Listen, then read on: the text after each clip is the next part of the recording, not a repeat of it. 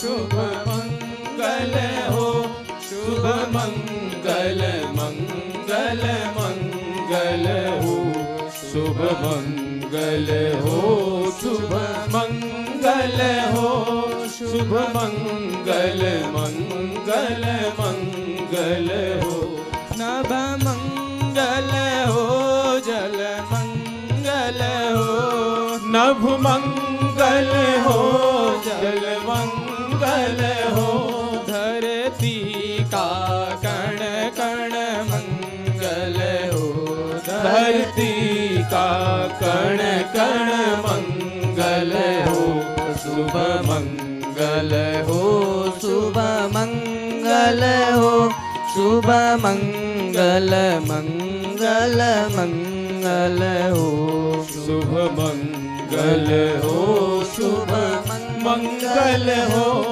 शुभ मंगल मंगल मंगल हो, दिन मंगल हो, निशि मंगल हो, दिन मंगल हो, निशि मंगल हो, जीवन का हर क्षण मंगल हो, जीवन का हर क्षण मंगल हो, शुभ मंगल हो, शुभ मंगल हो, शुभ मंगल मंगल मंगल हो, शुभ मंगल हो, शुभ मंगल हो, शुभ मंगल मंगल मंगल हो, तन मंगल हो, मन मंगल हो, तन मंगल हो,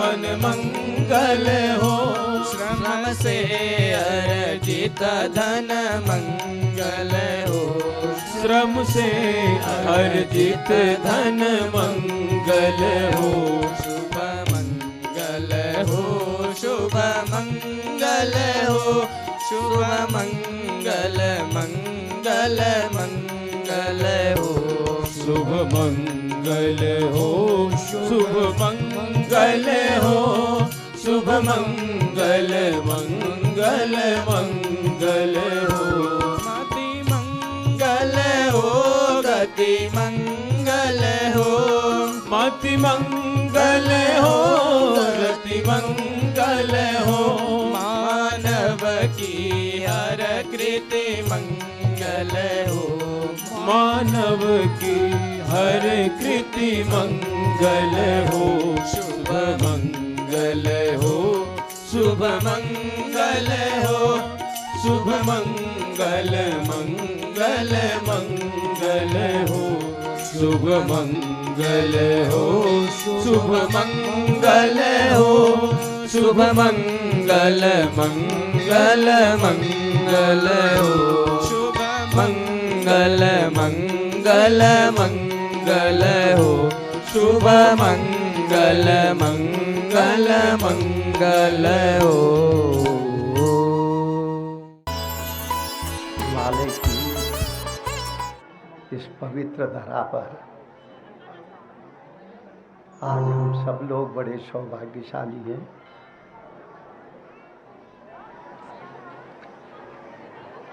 इस देवस्थान में बैठ करके अनेक महापुरुषों के विचारों को श्रवण कर रहे हैं।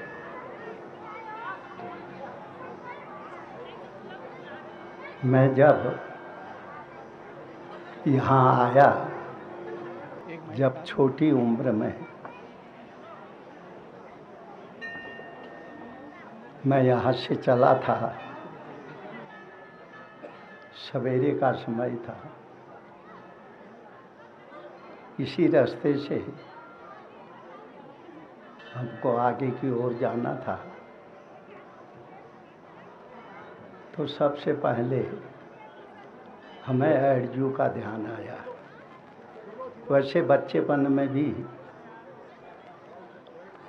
जब कभी समय मिलता था, हम एडजू के स्थान में आकर के झूला झूलते थे। उस समय यहाँ पर एक छोटा सा मंदिर था। किंतु लोगों की आस्था बहुत अधिक थी। तो मैंने भी एडजू को नमस्कार किया। मैं कहाँ जा रहा था इसका मेरे को पता नहीं था, मैं कहाँ रहूँगा इसका भी पता नहीं था। कोई अदृश्य शक्ति मेरे पैरों को खींचे हुए ले जा रही थी। तो जब मैं यात्रा में निकला, एडजू के चरणों में मैंने प्रणाम किया। जैसे हमारे पहाड़ में एक परंपरा है, कोई भी आपत्ति आती है, विपत्ति आती है, लोग देवताओं की शरण में जाते हैं, देवताओं से विनती करते हैं, प्रार्थना करते हैं। मैंने भी एडजू से प्रार्थना की, मैं इस यात्रा में निकल रहा हूँ, पर मेरे को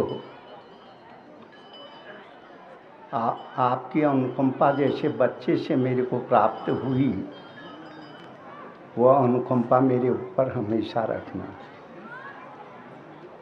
उस प्रयास में, उस यात्रा में हमें कहीं पे भी कोई तकलीफ नहीं हुई। यह हम एडजू की कृपा मानते हैं। न हमें कहीं भूखा रहना पड़ा। और हमारे पहाड़ में जानते हैं, बच्चेपन में लोग, बुढ़े लोग जब इकट्ठे होते थे तो भूतों की कहानी सुनाया करते थे। तो उस समय सुन के भूतों से बहुत डर लगता था। किंतु जब हम इस यात्रा में निकले, कभी कभी हमें रात्रि में भी चलना पड़ा, तो एडजू की अनुकंपा से हमें भूतों का भय भी नहीं लगा।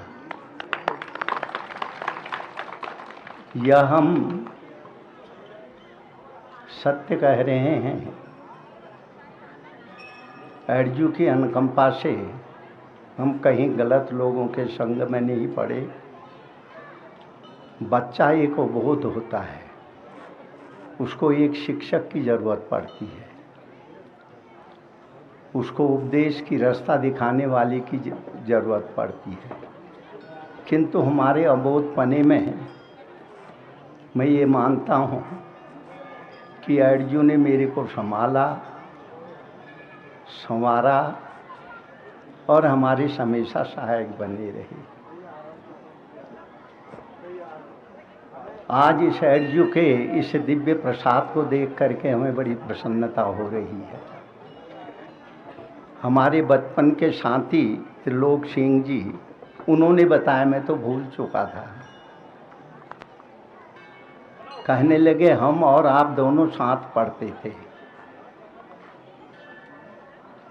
तो हमारी भी स्मृति आई, तो वह हमसे कहने लगे मंदिर का निर्माण करना है। हमने कहा बड़ी खुशी की बात है न, मंदिर का निर्माण होना चाहिए। उनका संकल्प, एडजू की अनुकंपा, जनता के सहयोग से आज ये भव्य मंदिर यहाँ बन के तैयार है। आज हम स्वर्गीय त्रिलोक सिंह जी, जो आज हम लोगों के बीच में नहीं रहे, उनका अथक प्रयास, उनकी प्रेरणा से यह मंदिर बना। और क्षेत्र की जनता का संकल्प भी था, स्नेह था, प्रेम था, और इस रूप में आज ये भव्य मंदिर बना हुआ है। श्रेय एडजू को है, कृपा एडजू की है। एडजू ही इस मंदिर में स्थापित होकर के इस क्षेत्र की जनता का कल्याण कर रहे हैं।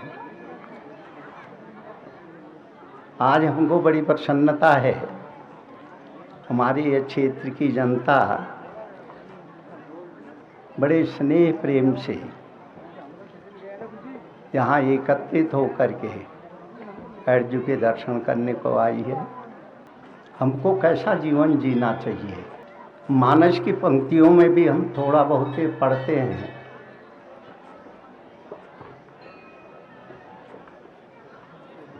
भगवान की अनुकंपा से हमें यह शरीर प्राप्त हुआ है। कबहु कृपा करी मानुष देही देत ईश बिनु हेत सुनेही। हमें मनुष्य का जन्म परमेश्वर की अनुकंपा से प्राप्त हुआ। कब हूँ कृपा कही, कभी जब भगवान का अनुग्रह होता है वो मनुष्य जीवन व्यक्ति को जीव को प्राप्त कराते हैं। और उन्हीं की अनुकंपा से व्यक्ति सतमार्ग का अनुसरण करता हुआ अपना एक आदर्श जीवन को जीता है। भक्त प्रहलाद एक नन्हा सा शिशु था। उसको उसके पिता ने असुरों का जो गुरुकुल था, जहाँ राक्षसी शिक्षा दी जाती थी, उस विद्यालय में भेजा। और कुछ दिन के बाद वहाँ के प्राचार्य उस बालक को लेकर के हिरण्याकश्यप के पास पहुँचे। तो हिरण्याकश्यप अपने गुरु उन प्राचार्यों से पूछा, मेरा पुत्र ठीक पढ़ता है? तो वो आचार्य बोलेगी, तो आप इसी से पूछ लीजिए ये क्या पढ़ता है।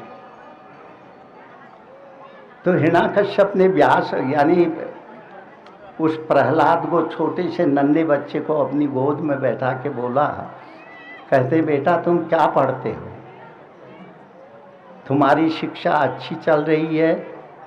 तो प्रहलाद ने बड़ा सुंदर उत्तर दिया नन्हे से बच्चे ने। कहता पिता इस संसार में पढ़ने लायक कुछ है नहीं, जो देख रहा है उसको पढ़ा नहीं जाता है। यह पहाड़, यह पत्थर, यह पेड़, यह पौधे, यह बहती हुई नदियाँ, यह धरा, यह पर्वत, इसको हम क्या पढ़े? जो देख रहा है उसका अनुभव किया जाता है। तो हिरण्याकश्यप पूछता फिर तूने पढ़ा क्या? कहते हैं पिता मैंने वो पढ़ा जिसको हमारे भारतीय अध्यात्म परंपरा में नवदा भक्ति कहा जाता है। सर्वप्रथम प्रहलाद ने अपने पिता हिरण्याकश्यप को बताया, पिता पढ़ने लायक तो एक ही चीज़ है, वह है श्रवणं कीर्तनम स्मरणम पादसेवनम अर्चनम वंदनम दास्यम सख्य आत्मनिवेदनम। इसमें संसार के संबंधों की उन्होंने कल्पना की है। हम किसी की बात सुनते हैं, किसी प्रशंसा अपने मुंह से करते हैं, किसी के हम गुण गाते हैं, किसी के प्रति हम समर्पित हो जाते हैं, किसी को अपना दोस्त बना लेते हैं। तो उसको प्रहलाद ने कहा श्रवणम, जिसने इस संसार को बनाया है, जिसने इस विशाल ब्रह्मांड को बनाया, जिसके संकल्प से इस संसार को बनाने वाला कोई व्यक्ति नहीं, परमेश्वर के संकल्प से यह संसार बना है। संरचना कौन करती है? प्रकृति। संकल्प होता है परमेश्वर का। तो भक्त प्रहलाद भी कहता है ये जो चराचर जगत आपको दिख रहा है, इसको जिसने बनाया है, श्रवणम, हम उसकी कथा, उसके गुणों को श्रवण करें, कीर्तन, उसके गुणों को गायन करें, स्मरणम, उसका हम स्मरण करें, सुने उसको, गावें उसको, स्मरण उसका करें। फिर आगे कहते हैं अर्चनम वंदनम दास्यम सख्य आत्मनिवेदनम।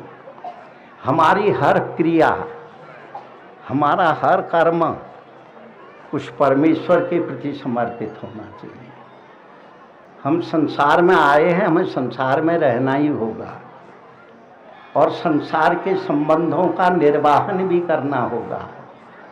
अगर परमात्मा ने जो हमें परिवार के रूप में, बच्चों के रूप में, इष्ट मित्रों के रूप में जो जो हमारे साथ जुड़े हुए लोग हैं, उनके प्रति हमें अपने कर्तव्य का भी पालन करना होगा।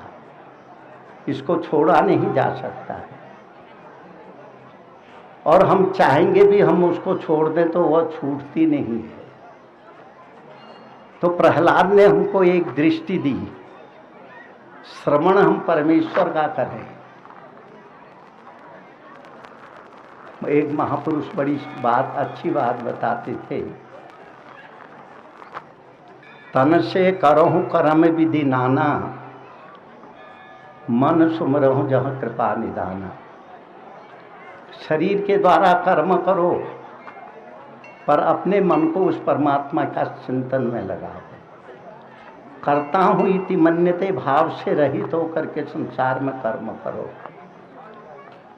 तो संसार का कोई बंधन भी आपको बांध नहीं पाएगा। संसार आपके लिए बुरा नहीं है, अच्छा है, किंतु जब हम संसार को ही सर्वस्व मान लेंगे, परमेश्वर को भूल जाएंगे, तभी संसार हमारे लिए दुखदायी होता है। प्रहलाद इसी भक्ति की चर्चा कर रहे हैं। उन्होंने नवदा भक्ति की बात कही, तो प्रहलाद ने अपने पिता से यही किया, कहा श्रवणं कीर्तनम स्मरणम पाद सेवनम अर्चनम वंदनम दास्यम सख्य आत्मनिवेदनम। ये जीने की 9 कलाएं हैं, संसार को समझने की 9 कलाएं हैं, जिसको हमारे भक्ति साहित्य में आचार्यों ने नवदा भक्ति का नाम दिया। संसार बुरा नहीं है, संसार अच्छा है, पर जब हम भगवान को भूल जाते हैं तब संसार बुरा होता है। जब हम संसार को ही सर्वस्व मानने लगते हैं तब संसार भय का हेतु बन जाता है। यह हम सब का दर्द होना चाहिए।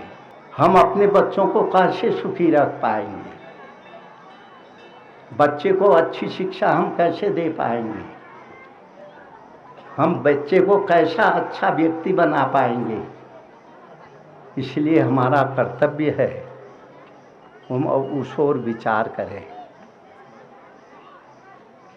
हम लोग तो आप लोगों से एक अनुरोध कर सकते हैं, महापुरुष लोग अनुरोध करते हैं। आज हमारी पर्वतीय क्षेत्र की माताएं, हम तो बच्चेपन में यहाँ जिए हैं, जब तक रहे थे यहीं जिए, यहाँ के जीवन को हमने नज़दीक से देखा, भोगा भी। हमारी माँ बहुत जल्दी उठ करके 5 बजे उठ करके पहले गोठ में जाती थी, गौओं को खोलती थी, फिर हम लोगों को स्कूल भेजने के लिए रोटी भी बनाती थी। जब हम लोग चले जाते थे तब खेत में जा कर के काम भी करती थी, और हम लोगों के लौटने से पहले घर आ कर के हमको खिलाती भी थी। और फिर शाम के समय अगर गर्मी के दिन हो फिर खेत में चली जाती थी। इस तरीके का कठिन जीवन जी करके माताएं अपने कर्तव्य का निर्वहन करती हैं। यह बात हमें बड़े दुख के साथ कहनी पड़ रही है। हमारा जो पहाड़ का श्रम है, युवा वर्ग है, इसको उनको समझना चाहिए। देखो, जो भारत यानी गांव से बाहर चले गए हैं वो अपने परिवार को पाल रहे हैं। मैं भी भारत के विभिन्न अंचलों में निवास जाता हूँ, वहाँ हमारे जगह जगह पर आश्रम भी हैं, वहाँ के लोग परिचित भी हैं, और वहाँ लोग हमें पर्वतीय अंचल के लोग मिलने के लिए भी आते हैं। तो जब हम उनके बच्चों को देखते हैं, उनकी पत्नियों को देखते हैं, बच्चे भी खुश हैं, पत्नी भी खुश है, और वो भी अपना सर्विस के माध्यम से अपने बच्चों का ठीक से पालन भी कर रहे हैं और बड़े प्रसन्न हैं। हम उस व्यक्ति से नहीं पूछते हैं तुम क्या कर रहे हो परिवार के लिए, हम उसकी पत्नी से पूछते हैं ये तुम्हारे लिए क्या करते हैं। हम उनके बच्चों से पूछते हैं तुम्हारे लिए तुम्हारे माँ बाप क्या करते हैं।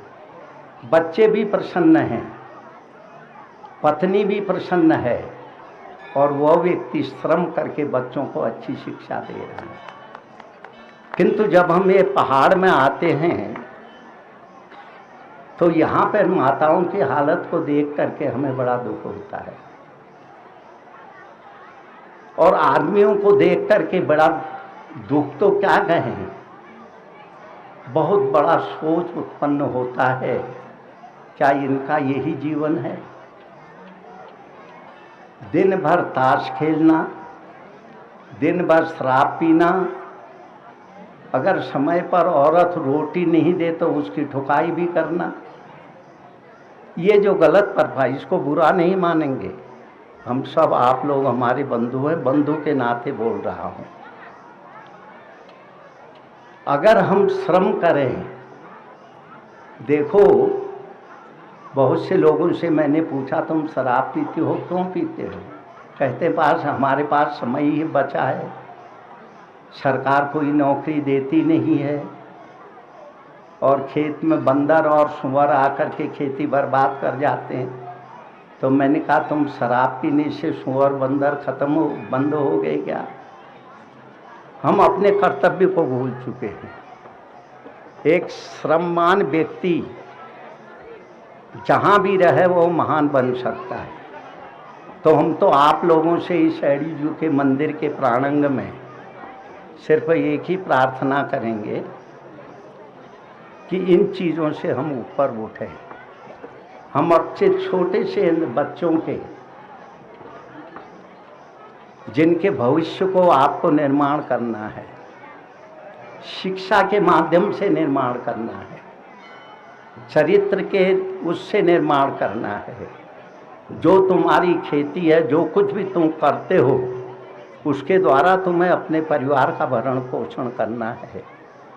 तो कर्तव्यवान बन करके आप लोग अपने कर्तव्य का पालन करेंगे तो एडजू की कृपा भी तुम्हारे ऊपर खूब होगी, और जब तुम्हारा परिवार हंसता हुआ तुम्हें दिखेगा तो परमेश्वर की कृपा भी जरूर होगी। आप लोग अपना जो घर का मंदिर है ना, जहाँ देवी के रूप में आपकी पत्नी निवास करती है, बाल गोपालों के रूप में आपके बच्चे निवास करते हैं, उसका पालन पोषण अगर आप कर्तव्य पूर्वक करेंगे, एडजू की भी आपके ऊपर कृपा होगी और सबकी आपके ऊपर कृपा होगी, ऐसा हमारा विश्वास है।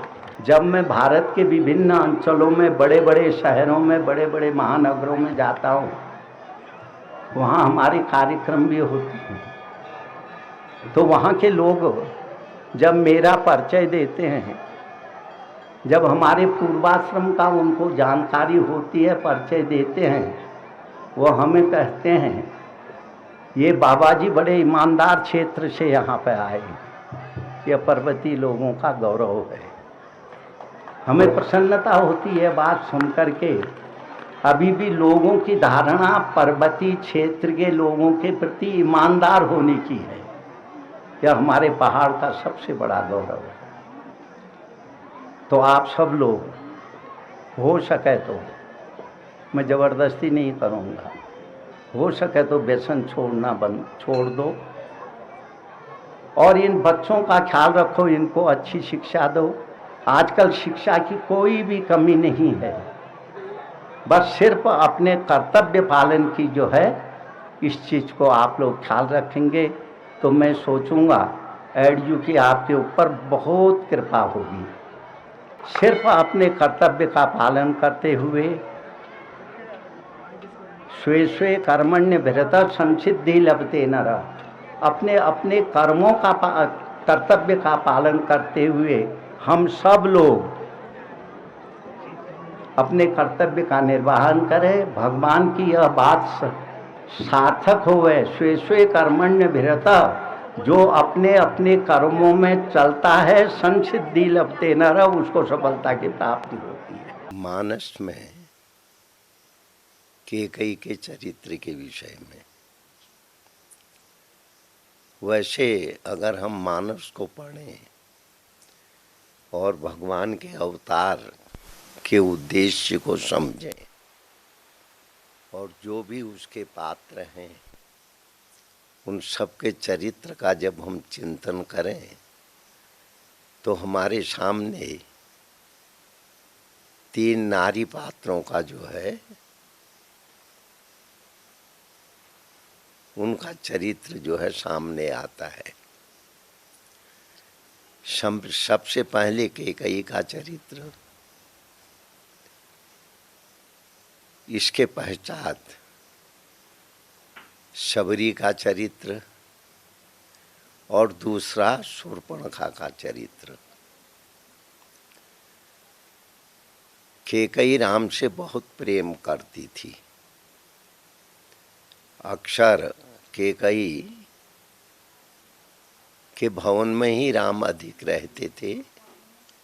ऐसी चर्चाएं हम और मानस के जो भी प्रकरण हैं, पुस्तक हैं, उनमें हम पढ़ते हैं और वाल्मीकि रामायण में भी इस बात का उल्लेख किया गया है।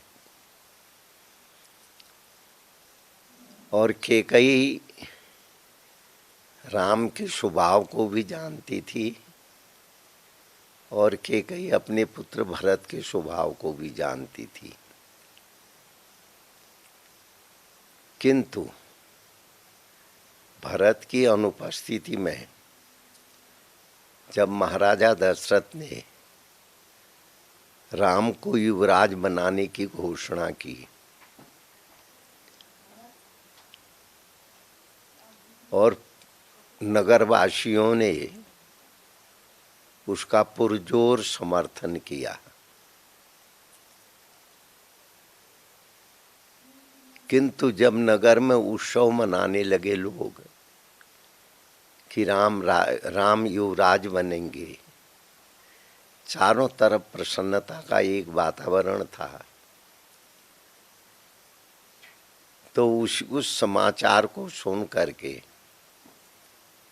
कैकेयी की जो दासी थी मंथरा, मानस में भी लिखा है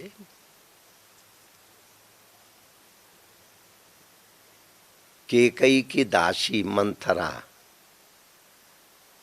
इस समाचार को सहन नहीं कर पाई। नाम मंथरा मंदमती दासी कैकेयी केर। वो कैकेयी की दासी थी और जो है कैकेयी के मायके से ही उसको दासी के रूप में उन्होंने मंथरा को भेजा था और मंथरा बच्चेपन से ही कैकेयी की सेवा में रहती थी। जब संपूर्ण अवध में उत्सव का माहौल बना, और ये पढ़ने से हमको जरा सा ये महसूस होता है देवता इस समाचार से संतुष्ट नहीं थे कि राम का अवतरण ही धर्म संस्थापनार्थाय संभवामि युगे युगे, धर्म की संस्थापना के लिए, अधर्म के विनाश के लिए ही राम का अवतरण हुआ। अगर हम मानस के पिछले चरित्रों में देखें, पृथ्वी देवताओं को साथ लेकर के, महात्माओं को साथ लेकर के जब ब्रह्मा जी के पास पहुंची, तो ब्रह्मा जी ने सब देवताओं के साथ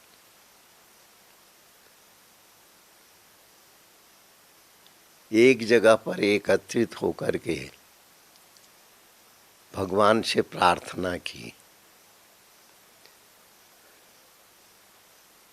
तो वहाँ आकाशवाणी हुई, जन डर पे हो सिद्ध मुनि सिद्ध सुरेशा, तुम ही लागी धरी हो नरवेशा। कश्यप अदिति महातप कीना, तीन कहूँ मैं पूरब वर्दिना आदिक। ये मानस में ये पंक्तियाँ बड़ी प्रसिद्ध है, उसको लोग पढ़ते भी हैं। तो देवता लोग ये समाचार सुन करके बहुत चिंतित हुए। उन्होंने सरस्वती जी के पास जाके कहा कि आप जो है कैकेयी की मति को फेर दो।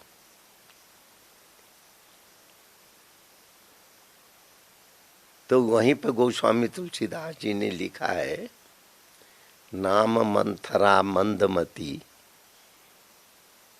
दासी कैकेयी केरी, अजस पिटारी तासु करी गई गिरा मत फिर।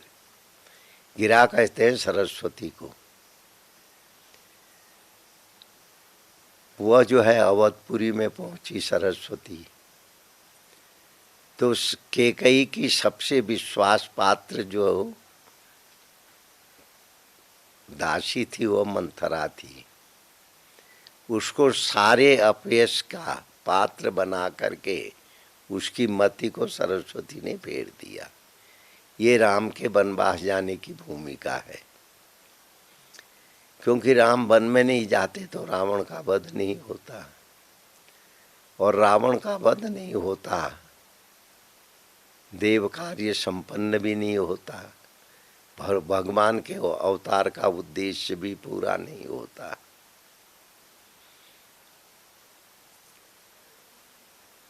तो जब यह संवाद घर घर में फैल गया, पूरे नगर में फैल गया,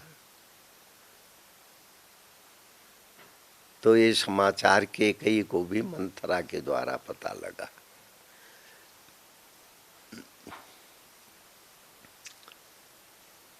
तो मंथरा ने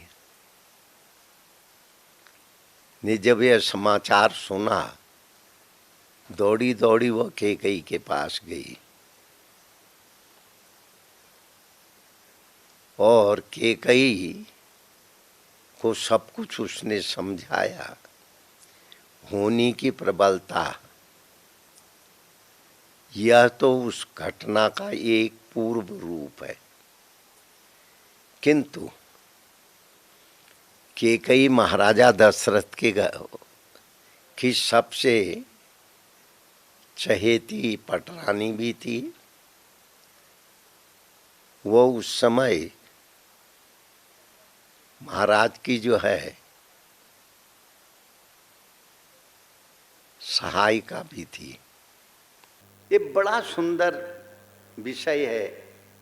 दुर्भाग्य यह है, जब से हमारे देश की शिक्षा पद्धति में परिवर्तन हुआ, जब से हमने अपनी स्मिता, अपनी संस्कृति को हीन दृष्टि से हम देखने लगे, उसके प्रति हमारा समाज लापरवाह बन गया।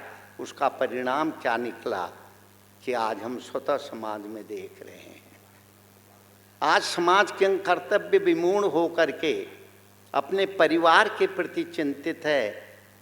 हर व्यक्ति अपने बच्चों के लिए चिंतित है।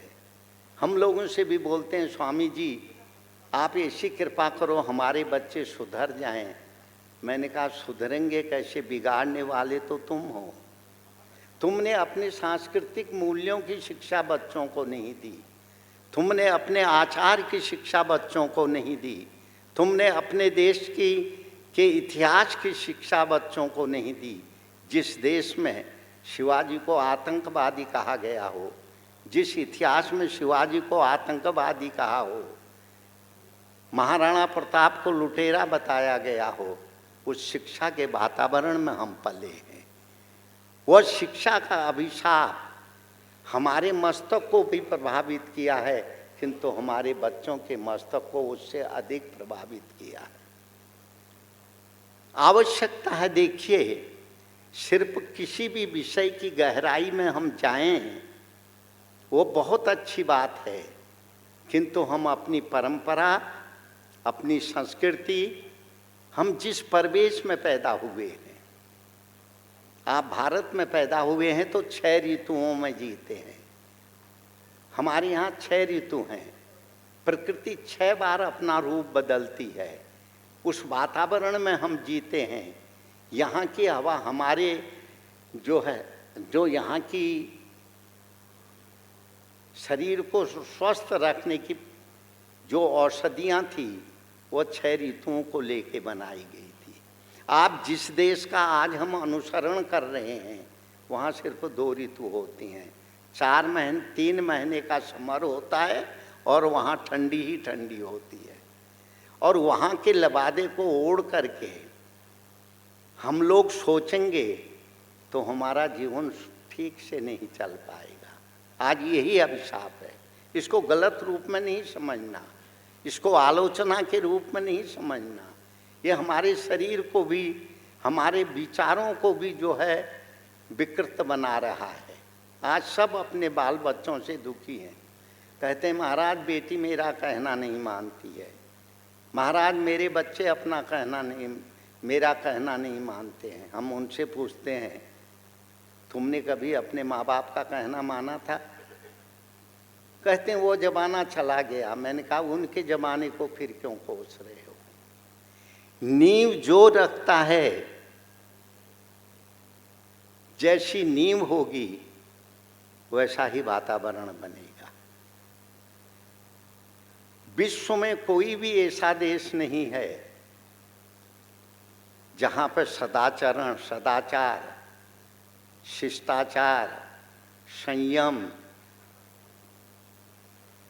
जहाँ 4 अवस्थाओं का वर्णन होता है, विश्व में कोई भी देश नहीं है भारत को छोड़ के। चाहे पहले ब्रह्मचर्य, फिर गृहस्थ, फिर वानप्रस्थ, फिर सन्यास की दीक्षा दी जाती हो। एक हमारे यहाँ का प्रचलन था, तो इसको भी हमने भुला दिया। अब आज हम कहते हैं वो अनुष्ठान करें, हम शक्ति को जागरण करें, तो जब नीवी नहीं है तो तुम किसको जागरण करोगे? देखो जरा कटु सत्य सुनने में बड़ा बुरा लगता है, किंतु कड़वी दवाई सबसे अच्छी होती है।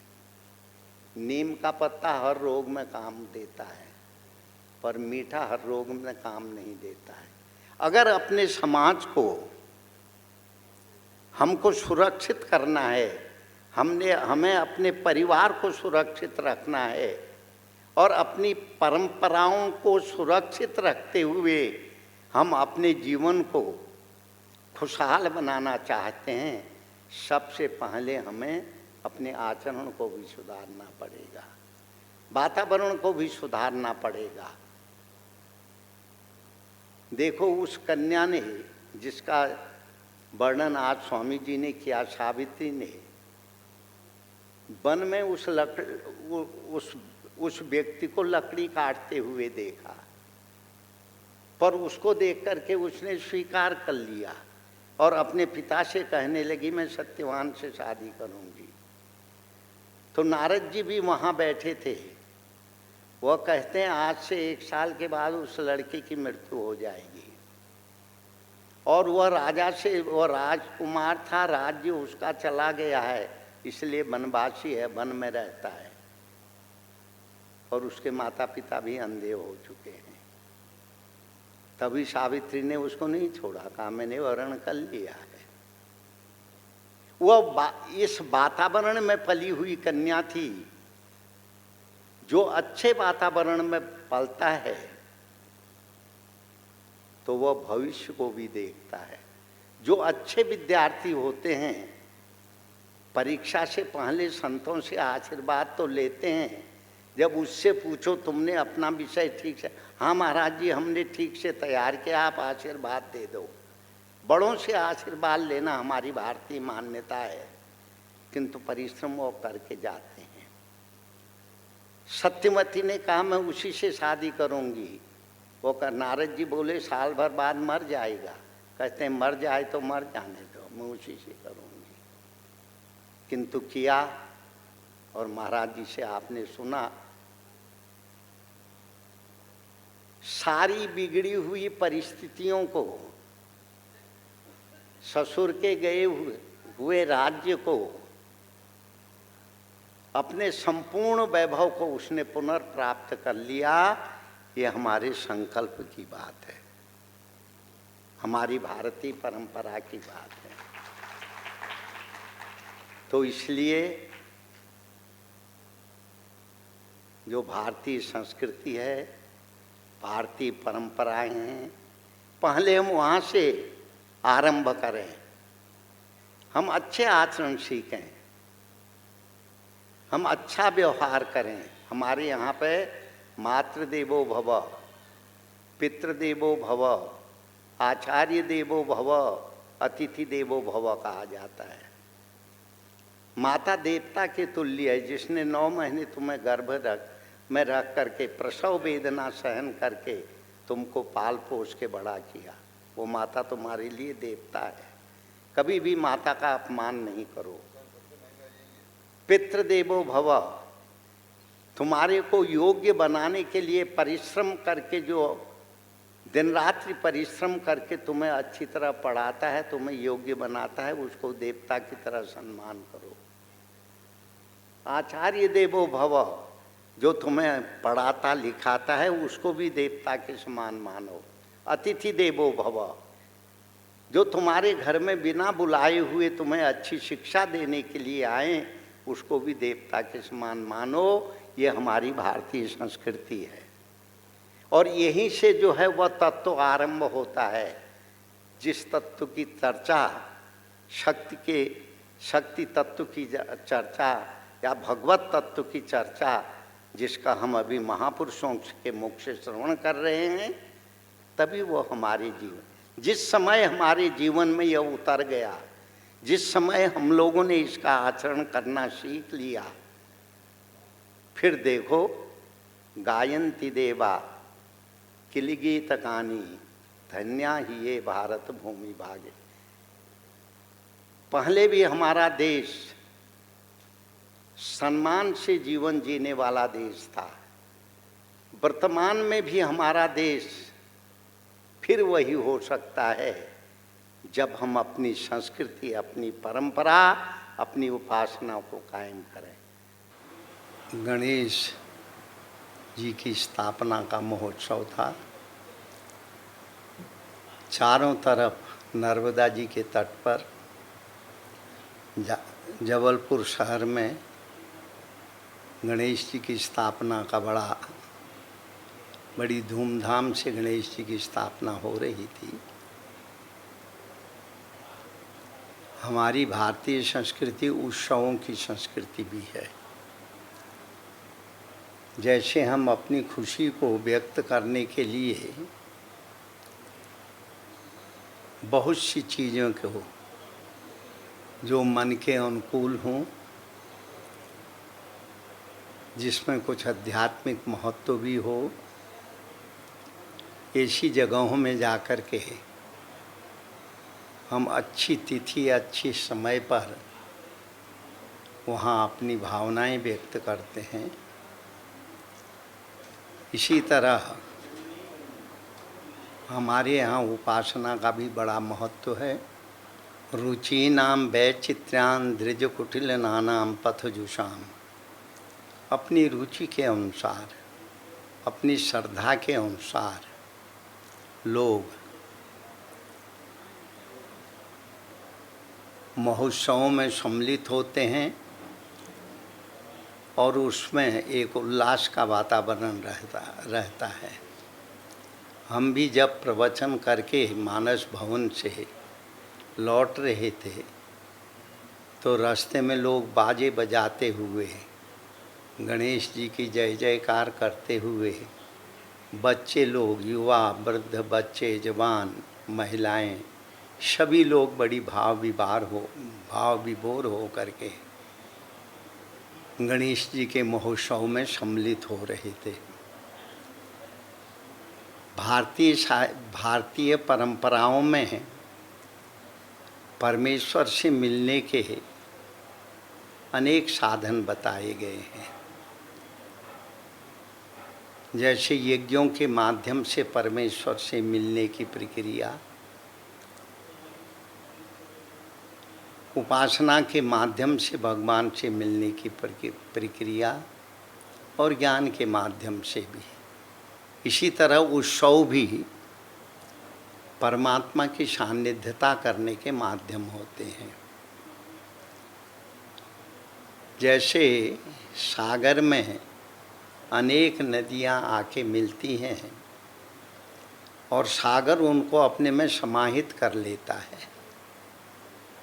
तो इसी तरह भारतीय भावनाएं भी रुचि नाम वैचित्र्यांग द्विज कुटिल नानाम पथजुषाम, अपनी रुचि के अनुसार, अपनी श्रद्धा के अनुसार, अपनी सोच के अनुसार भगवान की प्राप्ति के लिए यत्न करता है। इसमें उत्सव भी एक महत्वपूर्ण भूमिकाएं निभाते हैं। और हमारी भारतीय संस्कृति में एक बात और आती है, सर्वत्रम हरि गीयते। हमारी सोच, हमारी दृष्टि, हमारे जीवन की हर वस्तु परमेश्वर की सोच में जाए। हर जगह हम उस परमात्मा को देखें, हर जगह उस परमात्मा की उपस्थिति महसूस करें। और यही भारतीय संस्कृति की सर्वोच्च धारणा भी है। हम ऐसे अपने धर्म ग्रंथों में पढ़ते हैं,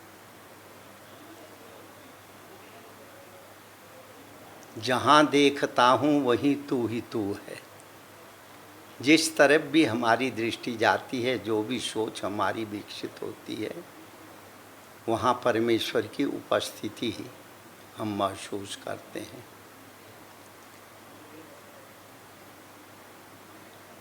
तो इन उत्सवों के माध्यम से भी व्यक्ति परमेश्वर की प्राप्ति कर सकता है।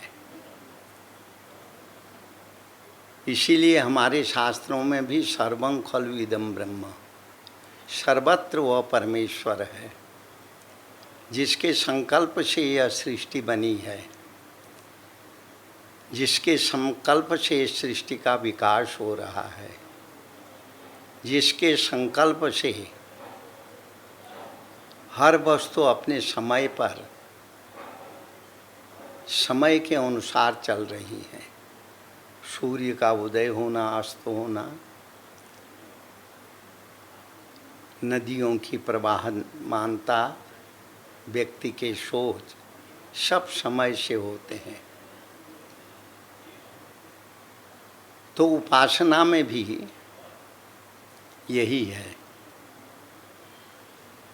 हम जिस भावना से परमेश्वर की भक्ति करते हैं, उसी दृष्टि से परमेश्वर के दर्शन होते हैं। हम गोस्वामी तुलसीदास जी को ही न ले लें। जब उन्होंने मानस की संरचना की, तो जनकपुर का एक प्रकरण है, जब भगवान श्री राम धनुष यज्ञ देखने के लिए जब उस मंडप में, उस स्थान में प्रवेश करते हैं, तो गोस्वामी तुलसीदास जी ये लिखते हैं कि जाकी रही भावना जैसी, प्रभु मूरत तिन देखी तैसी। जिसकी जैसी भावना थी, उस हिसाब से उन्होंने राम को देखा। और संकेत करते हैं इस बात का, क्योंकि उस सभा में योगी भी बैठे थे इस महोत्सव को देखने के लिए। उस सभा में पंडित भी बैठे हुए थे, उस सभा में राजा भी बैठे हुए थे, और उस सभा में छद्म वेश में असुर भी वहाँ बैठे हुए देख रहे थे। और जनकपुर के वासी भी जो है उस सभा में बैठे हुए धनुष यज्ञ का दृश्य देख रहे थे कि कौन धनुष को तोड़ेगा और सीता किसका वरण करेगी। बड़े सुंदर शब्दों में तुलसीदास जी ने, जब राम उस सभा मंडप में प्रवेश करते हैं, तो गोस्वामी तुलसीदास जी लिखते हैं, योगिन परम तत्व में भाषा। योगियों ने वे परमात्मा को तत्व स्वरूप से देखा। राम को राजकुमार के रूप में नहीं, परम तत्व के रूप में उन्होंने देखा। योगिन परम तत्व में भाषा, शांत शुद्ध यो परम प्रकाश। शांत रूप में देखा, शुद्ध रूप में उन्हें देखा। विदूषण प्रभु विराटमय दिशा। जो विद्वान लोग वहाँ थे उन्होंने भगवान को विराट स्वरूप में देखा। सब उसी के संकल्प से हो रहा है, सब उसी की इच्छा से हो रहा है। जो वहाँ असुर लोग बैठे हुए थे रूप बदल करके, असुरों ने प्रभु प्रकट काल समलेखा। असुरों ने राम को काल के समान देखा। और जो राजा लोग थे उन्होंने भगवान को वीर रस के रूप में देखा। और जो जनकपुर के रहवासी लोग थे उन्होंने भगवान को अपने इष्ट के रूप में, मित्र के रूप में, स्वजन के रूप में, जैसे संसारिक लोगों में रिश्ते नाते होते हैं उसी तरह राम को उन्होंने देखा। जो भगवान के भक्त वहाँ बैठे हुए थे उन्होंने देखो राम को, हरि भक्त न देखे दो भ्राता, नयनानंद दान के दाता। जो वहाँ पे भगवान के भक्त बैठे थे उन्होंने नेत्रों को आनंद देने वाले, नेत्रों को शीतलता प्रदान करने वाले राम के यानी भगवान के रूप में देखा। और जो है सुनैना आदि जो राजघराने की महिलाएं वहाँ बैठी थी उन्होंने उन्हें अपने पुत्र के समान देखा, बच्चे के समान देखा। तभी गोस्वामी तुलसीदास जी लिखते हैं, जहाँ की रही भावना जैसी, प्रभु मूरत तिन देखी तैसी। इसमें एक उपासना का भी रहस्य है। उपासना जब हम करते हैं उस परमात्मा की प्राप्ति के लिए, परमात्मा को देखने के लिए, परमात्मा को समझने के लिए, जो जो भावनाएं हमारी आगे गहराई में जाती हैं तत्त स्वरूप में वो परमात्मा हमको हमारे चिंतन में आता है।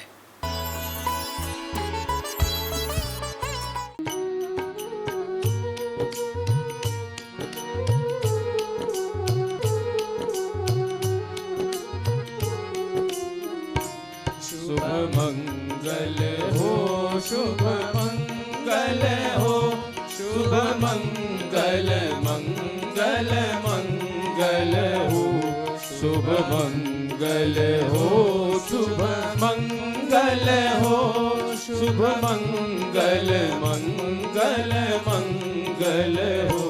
नभ मंगल हो, जल मंगल हो, नभ मंगल हो, जल मंगल हो, धरती का कण कण मंगल हो, धरती का कण कण मंगल हो। शुभ मंगल हो, शुभ मंगल हो, शुभ मंगल मंगल मंगल हो, शुभ मंगल हो, शुभ मंगल हो, शुभ मंगल मंगल मंगल हो। दिन मंगल हो, निशि मंगल हो, दिन मंगल हो, निशि मंगल हो, जीवन का हर क्षण मंगल हो, जीवन का हर क्षण मंगल हो। शुभ मंगल हो, शुभ मंगल हो, शुभ मंगल मंगल मंगल हो, शुभ मंगल हो, शुभ मंगल हो, शुभ मंगल मंगल मंगल हो।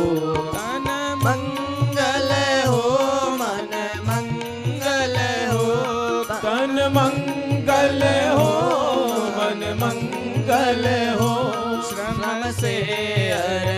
अर्जित धन मंगल हो, श्रम से अर्जित धन मंगल हो, शुभ मंगल हो, शुभ मंगल हो, शुभ मंगल मंगल मंगल हो, शुभ मंगल हो, शुभ मंगल हो, शुभ मंगल मंगल मंगल हो, मति मंगल हो, गति मंगल हो, मति मंगल हो, गति मंगल हो, मानव की हर कृति मंगल हो, मानव की हर कृति मंगल हो, शुभ मंगल हो, शुभ मंगल हो,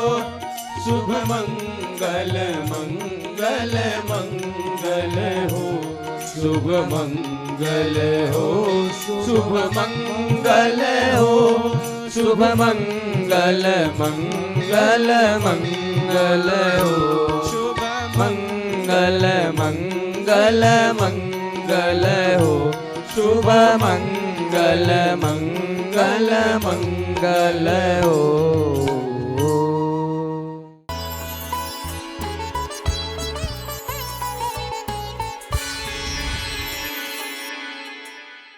सुभाष